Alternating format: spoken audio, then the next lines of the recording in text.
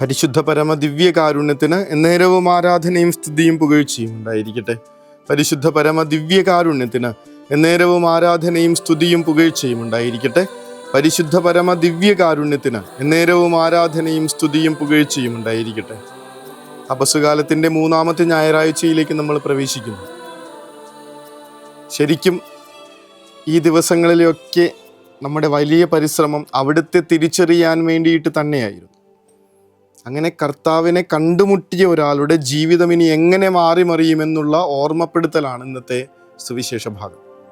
കിണറ്റിൻകരയിൽ വെച്ച് കർത്താവ് കണ്ടുമുട്ടുന്നൊരു സമരിയാക്കാരി സ്ത്രീ അവളുടെ ആദ്യകാല ജീവിതത്തിൽ നിന്ന് അവനോട് സംസാരിച്ചു തുടങ്ങുന്നതും താൻ സംസാരിച്ചു കൊണ്ടിരിക്കുന്നവൻ യഥാർത്ഥത്തിൽ ദൈവപുത്രനാണെന്ന് തിരിച്ചറിയുന്നതും ആ തിരിച്ചറിവിൽ അവളുടെ ജീവിതം മാറുന്നതും വിമലീകരിക്കപ്പെടുന്നതും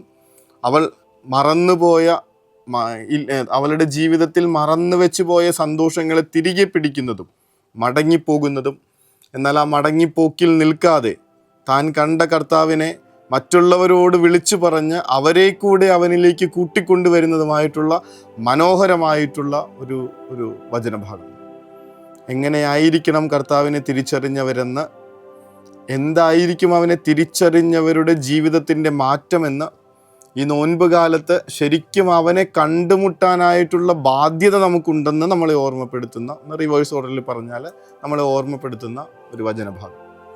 ആദ്യം ഏറ്റവും പ്രധാനപ്പെട്ട ആ കാര്യം തന്നെയാണ് അവനുമായിട്ടുള്ള ഒരു ഫേസ് ടു ഫേസ് സംഭാഷണം. ഈശോയെ കണ്ടുമുട്ടുന്നൊരു ഒരു സമയം. ഞാനായിരിക്കുന്ന വിധത്തിൽ അവൻ്റെ മുൻപിൽ ഇങ്ങനെ നിൽക്കുകയാണ്. അവളായിരിക്കുന്ന വിധത്തിൽ കർത്താവ് അവിടെ ഇങ്ങനെ ഒരു കുസൃതി ചിരിയോടെ കാത്തിരുന്നു എന്നാണ് എൻ്റെ ഒരു വിചാരം. എല്ലാം അറിയുന്ന, പ്രത്യേകിച്ച് ഹൃദയത്തിനുള്ളിലൂടെ കടന്നു പോകുന്ന ഓരോ വിചാരങ്ങളെയും കൃത്യമായിട്ട് മനസ്സിലാക്കിയെടുക്കുന്ന എൻ്റെ തമ്പുരാൻ ഇവിടെ ഇന്നൊരാൾ വരുമെന്നും അവളുടെ ജീവിതം എന്താണെന്ന് നോക്കി കൃത്യമായിട്ട് അറിയുന്ന ഒരാൾ ആ സ്ത്രീയോട് ചോദിക്കുന്നുണ്ട്, എനിക്ക് കുടിക്കാൻ തരുമോ?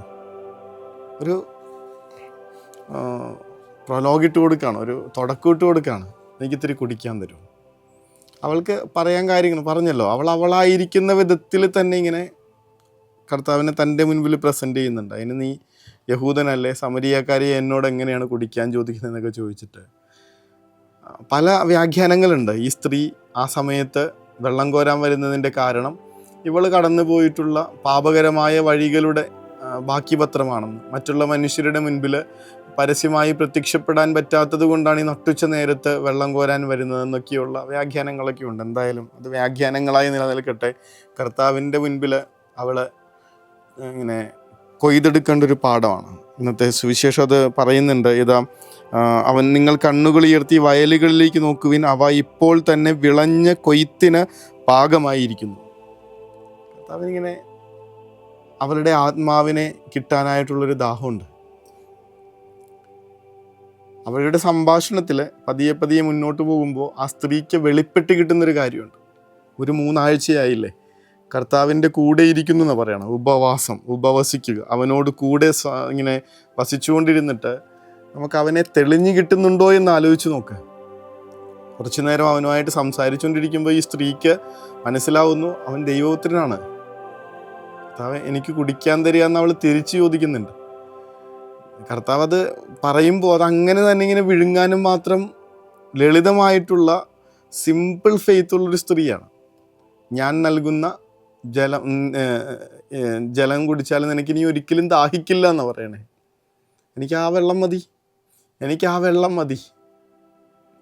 അങ്ങനെ കർത്താവിനെ ദൈവമായിട്ട് തിരിച്ചറിഞ്ഞൊരു സ്ത്രീ തൻ്റെ ജീവിതത്തെ ഇങ്ങനെ അടിമുടി മാറ്റിമറിക്കുന്ന ഒരാളുടെ മുൻപിൽ നിന്ന് സത്യമറിഞ്ഞ് സത്യമായവനെ അറിഞ്ഞ് ആ പെൺകുട്ടി തിരിച്ചു പോകുന്നത്, ആ സ്ത്രീ തിരിച്ചു പോകുന്നത് ഒരു പുസ്തകത്തിൽ വായിച്ചത് കണക്ക് അവൾ മറന്നു വെച്ച നൃത്തച്ചുവടുകളുമായിട്ടാണ്. ഇത്രയും കാലം പതിഞ്ഞ, ആരും കേൾക്കരുത്, ആരും അറിയരുതെന്നുള്ള പതിഞ്ഞ ചുവടുകളുമായി നടന്ന ഒരു സ്ത്രീ ഇപ്പോൾ അവൾ പണ്ടെങ്ങോ മറന്നു വെച്ച നൃത്തച്ചുവടുകളോടുകൂടെ തിരിച്ചു പോകാനും മാത്രം ശക്തിയുള്ളവളായിട്ട്, പ്രതീക്ഷ നിറഞ്ഞവളായിട്ട് മാറുന്നു. പഴയ നിയമത്തിലെ ഹാഗാറിനെ ഓർക്കുന്നത് നല്ലതാണ്. ഒളിച്ചോടിയ അടിമ സ്ത്രീയായിരുന്നു അവൾ. എന്നാൽ എന്നെ കാണുന്നവനായ ദൈവത്തെ ഞാനും ഇവിടെ വെച്ച് കണ്ടു എന്ന് പറഞ്ഞ് ആ സ്ഥലത്തിന് എൽറോയ് എന്ന് പേരിട്ട് ഹാഗാർ മടങ്ങിപ്പോകുന്നത് ഒരു രാജ്ഞിയുടെ, സുൽത്താനയുടെ ആത്മവിശ്വാസത്തോടു കൂടെ. അങ്ങനത്തെ ഒരു മടങ്ങിപ്പോക്ക് ഈ സ്ത്രീയിൽ നമ്മൾ കാണുന്നുണ്ട്. പക്ഷെ എനിക്ക് ഏറ്റവും പ്രിയപ്പെട്ടൊരു ഭാഗം ഇനിയാ വരണേ. അവൾ പോയിട്ട് ആ പട്ടണത്തെ മുഴുവൻ, സിക്കാർ പട്ടണത്തെ മുഴുവൻ കർത്താവിങ്കിലേക്ക് കൂട്ടിക്കൊണ്ടുവരുന്നത് നമ്മൾ കാണുന്നുണ്ട്. അത് ഈ നോൻപ് കാലത്ത് നമ്മൾ ശരിക്കും ധ്യാനിക്കുകയും പഠിക്കുകയും ചെയ്യേണ്ട കാര്യമാണ്. അവർ ഈ ഒരു പട്ടണത്തെ മുഴുവൻ സമരിയാക്കാർ വഴിയായിട്ട് ക്രിസ്തുവിലേക്ക് എത്തിച്ചേർന്നു എന്നുള്ളതാണ് ഇതിൻ്റെ ഒരു ഹൈലൈറ്റ്. ശരിക്കും അവർ വന്നിട്ട് ഈശോയെ വിളിക്കുന്നുണ്ട്, നീ ഞങ്ങളോടുകൂടി വരണം, 2 ദിവസം താമസിക്കണമെന്നൊക്കെ പറഞ്ഞിട്ട്. ഈശോയുടെ നഗരത്തിൽ പോയപ്പോൾ ഈശോയ്ക്ക് കിട്ടിയ വരവേൽപ്പ് നമുക്കറിയാം. ഇവിടെ താമസിക്കണ്ട, ഞങ്ങളുടെ പന്നിയൊക്കെ ചത്തുപോയി, നീ ഇവിടെ നിൽക്കണ്ട, ഇവിടെ നിന്ന് വിട്ടുപോകണമെന്ന് അവർ അപേക്ഷിച്ചപ്പോൾ ഇവർ പറയാണ്, കർത്താവ് നീ ഞങ്ങളോട് കൂടി താമസിക്കണം. അപ്പോൾ എത്രമാത്രം ശക്തമായ സാക്ഷ്യമായിരിക്കും ആ സ്ത്രീ അവരുടെ മുൻപിൽ കൊടുത്തിരിക്കണേ. എത്രമാത്രം തെളിമയോടും ബോധ്യത്തോടും കൂടിയായിരിക്കും ഈശോയെ പറ്റി അവരോട് പറഞ്ഞു കൊടുത്തിട്ടുള്ളത്. അത്രയ്ക്ക് ആഴത്തിലുള്ള വിശ്വാസത്തിലേക്കായിരിക്കും അവൾ ചെന്നേക്കുന്നത്. ഇതുപോലൊരു കണ്ടുമുട്ടലും ഇതുപോലൊരു ജീവിതം മാറലുമാണ് ഈ ഒരു ഞായറാഴ്ച നമ്മളെ ഓർമ്മപ്പെടുത്തി തരുന്നത്. കർത്താവെ, അങ്ങയെ കണ്ടുമുട്ടാൻ, അങ്ങയെ കണ്ടുമുട്ടിയതിൻ്റെ ബലത്തിൽ ജീവിക്കാൻ, അതിൻ്റെ സാക്ഷ്യം ഈ ലോകത്തോട് മുഴുവൻ വിളിച്ചു പറയാൻ ഞങ്ങൾക്ക് ശക്തി തരണമേ എന്ന വലിയ അപേക്ഷയോടുകൂടി അവിടുത്തെ ആശീർവാദത്തിനായി നമുക്ക് മുട്ടിന്മേൽ. പരിശുദ്ധ പരമദിവ്യകാരുണ്യമേ, അനന്ത സ്നേഹമേ, പരിശുദ്ധ പരമദിവ്യകാരുണ്യമേ, അനന്ത സ്നേഹമേ.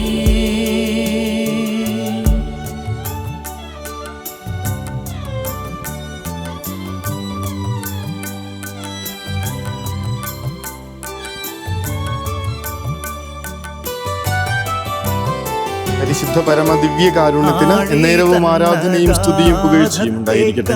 പരിശുദ്ധ പരമ ദിവ്യ കാരുണ്യത്തിന് എന്നേരവും ആരാധനയും സ്തുതിയും പുകഴ്ചയും ഉണ്ടായിരിക്കട്ടെ. പരിശുദ്ധ പരമ ദിവ്യ കാരുണ്യത്തിന് എന്നേരവും ആരാധനയും സ്തുതിയും പുകഴ്ചയും ഉണ്ടായിരിക്കട്ടെ. കർത്താവേ, കാത്തിരുന്നത് നീയാണോ അല്ലെങ്കിൽ ഞങ്ങളാണോ എന്നുള്ളതാ ചോദ്യം. ശരിക്കും ഞങ്ങൾ നിനക്ക് വേണ്ടി കാത്തിരുന്നിട്ടില്ല, നീ ഞങ്ങൾക്ക് വേണ്ടിയിട്ട് കണ്ണു നട്ട് കാത്തിരിക്കുന്നുണ്ടല്ലോ. ഒരുപാട് നന്ദിയോടുകൂടെ, കൃതജ്ഞതയോടുകൂടെ നമുക്ക് ഉറക്കത്തിലേക്ക് പോകാം. ഈശോ അനുഗ്രഹിക്കട്ടെ. കരുണതൻ കയർ പിടിച്ച് നയിച്ചിടും സ്നേഹമേ, ദിവ്യകാരുണ്യ സ്നേഹമേ, പരിശുദ്ധ സ്നേഹമേ, പരിശുദ്ധ പരമദിവ്യകാരുണ്യമേ, അനന്ത സ്നേഹമേ, പരിശുദ്ധ പരമദിവ്യകാരുണ്യമേ, അനന്ത സ്നേഹമേ.